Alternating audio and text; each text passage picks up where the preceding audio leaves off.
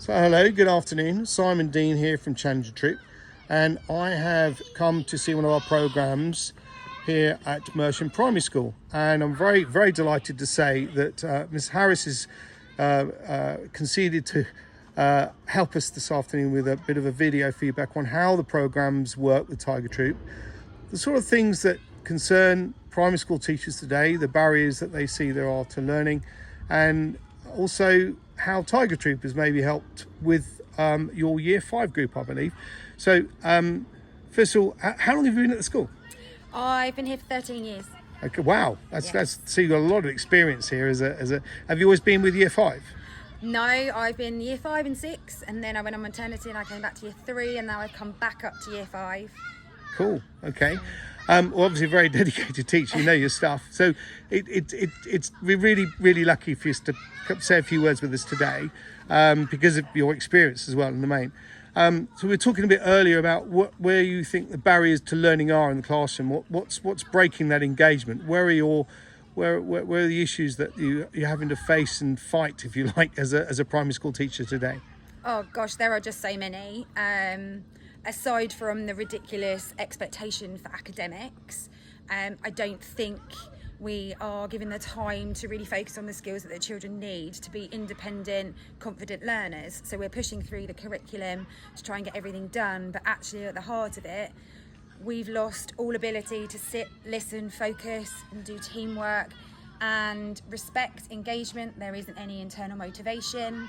The amount of send in schools now is so high with trying to do inclusion, but yet there's no funding to have extra adults. So you're trying to teach, but actually you're doing 1,000 jobs and just feel like you're failing at every job you're doing. You know, we are teachers because we want the best for our children, and the education system is failing them.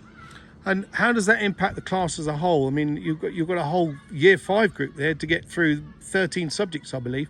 Is it 13 subjects? It's a ridiculous amount, yeah. Yeah. So, what support is there for you, and also how does it affect the class? I think how does it affect the class overall? First of all, in their learning process, their learning journey. Oh, hugely. If we didn't have such high expectations and you were able to pause, come outside, do the practical and build up onto paper, but you have this objective in maths, now let's move on, you've got this objective in reading, and then you've got behaviour, and then you've got children that have got emotional worries that they need to talk to you about, and time ticks on, and that's without your parent emails, they've lost my jumper, etc. It is just, we wear so many hats, and actually we just want the best for them, and as I say, and it's so hard to manage and differentiate and do what it is essentially we love to do, and we don't want to leave, but it's becoming unmanageable and unsustainable. And I hear that a lot of the teachers get quite disheartened with that situation, and we worry about retention of teachers in schools today. So you've just had a Tiger Troop program with you for the last 6 weeks. The aim of the Tiger Troop program is to deliver a session once a week for 6 weeks. It's a few-hour session. The team come in and they are there to try and instill those things that you think are missing. Yeah. But if I may, I'm going to come back to that question. So, if you had a magic wand, if you could sort of had an opportunity to say, look, 16 years experience is a lot of experience. What would you say you would like to? What sort of changes would you like to see in primary education? I think funding to supply adults. I don't think teaching assistants are what they used to be. It's not washing paint pots anymore, and especially with non-SEND schools and the amount of inclusion, it's not okay for one teacher to be delivering potentially 4 year groups worth of objectives, because I teach Year 5 and I've got children working at Year 2 to Year 5, and I've got to differentiate that among the disrespect and the difficulties with attention and sitting still and listening and then applying. It just doesn't work. I think funding, I think revising the curriculum, making it shorter, making it more manageable, and making those smart targets. Where are you going to see progress? I think it's just ridiculous.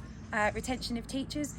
I'm part-time and I have to get childcare for an extra day a week so that I can do my planning, because on part-time I'm get the equivalent of a couple of hours every other week, and I am planning, as you say, in effect 5 lessons a day, 15 lessons a week. Wow.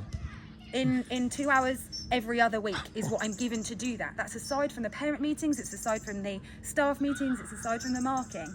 So with SEND, you can have up to 6 personalised plans that you have to write and review and meet with parents. It's just crazy. And when you look at what secondary schools have in comparison to primary, this is the heart of their childhood. This is what they need to develop. Absolutely. And we're the ones that are being run ragged, and there's absolutely no understanding of what goes into raising children. This is where those foundation stones are laid, isn't it? Yeah. So again, I think, again, based on your experience, how have things changed so this much in it couldn't have been like this 16 years ago, could it? Behaviour. 100% attitude to learning and behaviour. Children would before sit and listen, and parents would back what was being said, whereas now children, there isn't a consequence, there isn't if they don't want to listen, they don't want to listen, or I don't care. And it's that disrespect for themselves, for the staff members, for other children, and quite often now the parents are on children's sides of the story rather than mine. Well, you didn't excite them enough. It's your fault. It's just the curriculum that I'm teaching, and actually if they were to come in and watch how we taught, I think they would be really impressed Wow. with what we do. It just doesn't get filtered down to the children, and they don't have that pride or that will to do it for themselves. Wow, that lack of aspiration. Yeah. So you said you used to have sort of forms of consequences that children felt accountable for that. How did that work? Well, children, it wasn't even anything behaviour related, but if you told them off or if they were going to miss 5 minutes of their break, it mattered to them. They didn't want to displease you, they wanted to do well. Whereas now, if I were to say, okay, during break we're going to carry on, okay. That's fascinating. The fact that they wanted to please you, they wanted to please their teacher. They did, 100%, and they were proud. And that's changed. Yes, definitely. You have the minor few that really put their head down and do well regardless of what's going on around them, but they have more want for social fun than for what it's going to gain for them in the future. Do you think that's in part because the connection, the holistic connection between the parent, the child, the teacher, the school, and the way the whole sort of community sees the school? Because I'm guessing that if a parent is responding and supporting to you, what you say maybe carries a little bit more weight and matters a little bit more and is carried back to the home, maybe. I don't know. I do that there are so many parents that are so supportive, absolutely. And if I were to say little Johnny isn't conforming, could you have a word, then they absolutely would. But there are also those parents that just don't see what a special job teachers are doing, and would happily let me search for a jumper for 20 minutes, and it's my fault. Yes. And it's that kind of level of respect from them, and that attitude towards doing the best you can. That'd make a big difference to you as well, wouldn't it? Oh, as a teacher, as in just that acknowledgement, and I know we've got a lot of young parents as well, who don't have quite necessarily the same experiences that parents of previous generations have had. Maybe it hasn't been passed down. So going on to the Tiger Troop program, we've had the team here, as I say, for 6 weeks. They come in 1 day a week, and each week is based on learning a value. Yes. Because in essence, that's what we feel are those building blocks to be able to have a child in an educational setting. They need the confidence, they need the self-esteem, they need the discipline, they need the respect and the courage. And they need to be a team player and have those interpersonal skills. And from our perspective, we know that you don't have time to cover all those bases and to start working on those fundamentals that will help you teach those children and young people in the classroom. You've got a class of how many? 30. 30, okay. And it's yourself and a TA, is it? Or? I have a TA in the morning, Yeah. and then we're alone in the afternoon. Wow, gosh, okay. So you've got a classroom of 30 on your own time in the afternoon. So when you first heard of the programme, what was your understanding of it? What were you expecting? I knew that they were part military. I knew that they were coming in to look at values. I knew that it was meant to be a team building kind of programme, and I was sent the link to have a little look as well. Cool. Okay.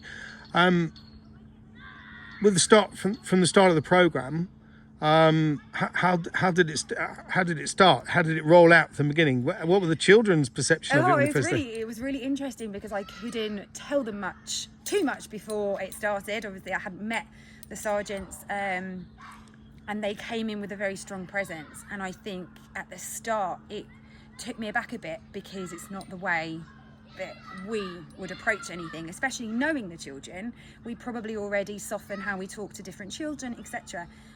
So coming in and not knowing and them getting a feel for the children themselves was really interesting. They came in with a presence, they came in with the rules, and everybody conformed. They didn't all like it, and I could tell, but they all conformed, and that was something that I haven't seen with this class at all. I think we can all say we don't all like the rules, do we? I mean, No. you know, but No. to get them instilled. Okay, so from week one, how did the program roll through? How did it evolve? And also, if I may add, how did they use those values within the classroom?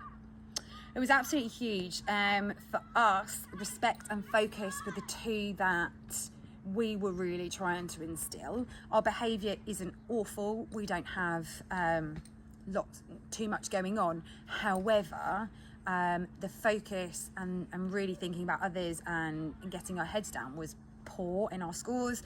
And respect, we have a lot of children that would answer back teachers, etc. And if they don't want to do anything, they would push back. So they were two of the ones that really stood out for my class.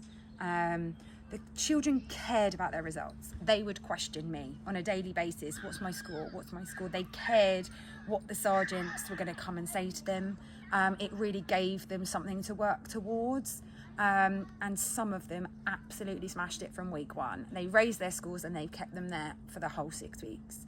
Others, waves and dipped. But on the whole, there were not many that didn't make improvements over the course of the 6 weeks. So reflecting on the things that you find as a very experienced teacher you are, and the issues that you face on a daily basis, the programme tries to address and help and support those. They've just had their awards ceremony today. What do you think the legacy of the programme is going to be like with those young people in your class? Is the impact going to have some sort of resilience? Is it something that flash in the pan? Do you think it's helped them understand more? What's your view? Oh, absolutely. I think what it's done is those children that consistently do well have been recognised for consistently doing well. So whilst obviously we always try and praise those that deserve it, sometimes those well-deserved children do go unnoticed because there are so many behaviour difficulties now. So they've had their chance to shine through 6 weeks and get their scores read out. 5, 5, 5, stand up, have a round of applause. They've got that self-worth and they've got that understanding of how to keep it up there. But equally, some of the children that do have either SEND needs or difficulties have really started to become proud of the improvements they've made and say, I really hope that over this continuing forward they hold on to that. And I think especially if I put my medal of support up on the wall and good. remind them Medal. Remind them of those challenges that we faced and how we have overcome them and how to stay up high, I really hope it will make an impact. But by hearing what you've said in the time we've had together, is you know what the solutions are, and it's not always easy to grasp the tools that you need to bring those solutions in place. In between the sessions, between 1 week and the next, has that helped you with bringing those values and instilling those values in the class between those sessions? Has that helped you a bit? Yes, we've actually we come up with individual targets over which area did we feel we needed to work on the most, and the children set their own to try and raise that score ready for the following week. Wow. So it was taking that responsibility on for themselves. So because you have a class reflection when the staff first come in, they do a class reflection and they sort of see how things have been going with the students. Is that right? So yeah, we always check in. We stand at the door and greet them so that we can have those kind of conversations and settle children. Oh, how was your day yesterday? What are you doing today? How are you feeling? Are we, challenging ourselves, etc. So we try and get around everybody and have those conversations. Ms. Harris, thank you so much for your time. Just very finally, if you wanted to make a suggestion or recommendation, what would you say to other teachers or to other people in the within the education system, or of your view on the impact that the Tiger Troop programme has had with your children and young people? I think it's huge. I think if the Department of Education could actually take a step back and realise that the children won't learn if these fundamentals aren't given the time that they deserve to actually improve. If we don't improve children's respect, they aren't going to listen, and it's just going to become an even bigger problem as they go on. The children's self-esteem, the teamwork, it doesn't really matter what their academics are if they don't have these underpinning personality values that are going to make them a whole-rounded citizen as they get older. So it's huge.